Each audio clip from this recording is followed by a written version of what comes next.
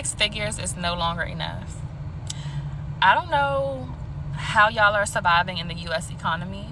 I don't know how people are making it. For some reason, all of these videos keep popping up on my feed about people losing their jobs and can't sell their house, groceries are too high, they work in 3 jobs and it's still not enough. And it's just like, I don't even search this stuff, but the algorithm must know, like, it's getting hard. It's getting hard for all of us. Even if you make 6 figures, even if you make 100,000, 200,000, like, it's literally not enough, because it seems like everything continues to go up.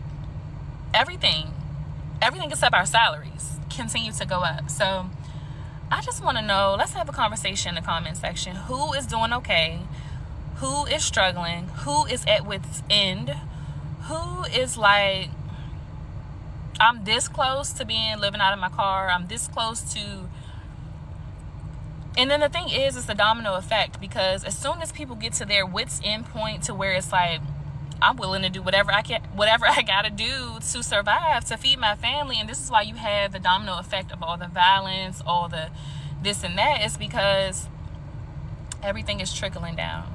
We literally cannot survive. And if you have not invested, if you don't have any savings, if you don't have any assets, if you've been living paycheck to paycheck before all of this, now you're going into debt, or some people can't even borrow money. Like, we are in literal hard times. If you are not in the United States, let me know where you are and how the economy is for you. But we're in bad times. We're in hard times with the United States economy, the job market. I'm so grateful that I have a job, that I make the money that I do, but none of it is guaranteed.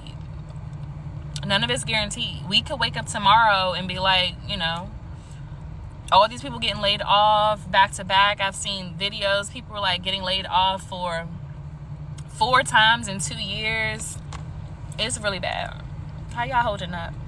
Here we go again. Another person that wants to focus on the fact that there's not enough to go around. Definitely get in the comment section and let me know your thoughts while I'm sharing mine in the comments. Remember, keep it respectful. Don't crash out on this young lady. We're not going to go crazy on her. We like to keep it respectful, because what? We're thrivers over here, which goes in the face of her entire message. Over here, we got to bring the daily alarm to people that are sending out this type of message. Are there struggles that are going on in the economy? Yes, but let's be honest.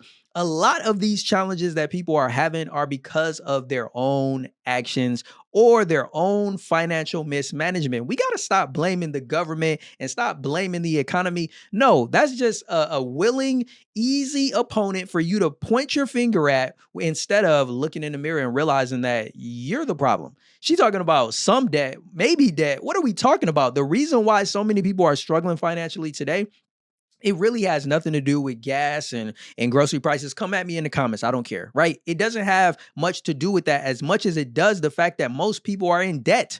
That's the reason why most people don't have spending. Most people have become accustomed to living on credit. People are living paycheck to paycheck because they haven't been in a position to properly manage money. Why? Because one, they'll be able to put it off on somebody and say, nobody taught me how to do it. But let's be honest, man, we live in the information age. If you really wanted to know how to properly manage your money, it doesn't even take a lot to do. You can go on YouTube, the same platform you're watching this video, and you can watch tons of videos on how to properly manage money. You can go to your local library and not have to spend a penny and learn how to properly manage money. It's not hard to do. It's the fact that most people choose not to do it. And I absolutely hate hearing people talk about survive. We got it to survive. I'm not here to survive. I'm more than surviving. I am a thriver, right? And if you are always in a survival mindset, that is where you will continue to stay. It's somebody that is only focused on how you can survive. Forget that.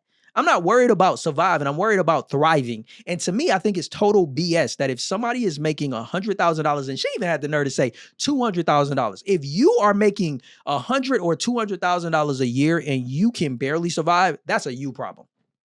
It's not about money. That's you.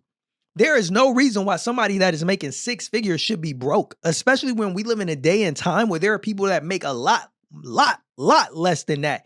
And they not just barely surviving.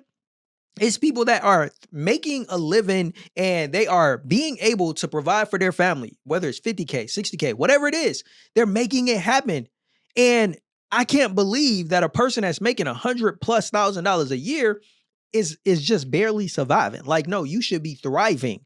And if you are struggling to do that, you need to go back and look in the mirror. What are you doing to manage your money? If you're not able to save and invest and you making six figures, you got to figure out what can you do to change that. And in many cases, like I mentioned before, it has a lot to do with the fact that people are they are drowning in debt. They're trying to, as people say, live above their means. Like, you got all of these things that you don't need. Stop buying expensive cars. Stop buying these expensive houses and living in these expensive areas. Manage your expenses and you will be able to thrive financially, especially if you're making six figures. But think about it. If that same principle can apply to somebody making six figures, it also applies to somebody that's making less than that as well. It's all about how we manage our money. It's on us. We don't have to be survivors. We can be thrivers if we are properly managing the things that we have. That's my take on it. We'd love to hear your thoughts in the comments if you like to share. Until next time, I'll catch you on the next episode of The Daily Alarm. I'm Jay. Stay blessed.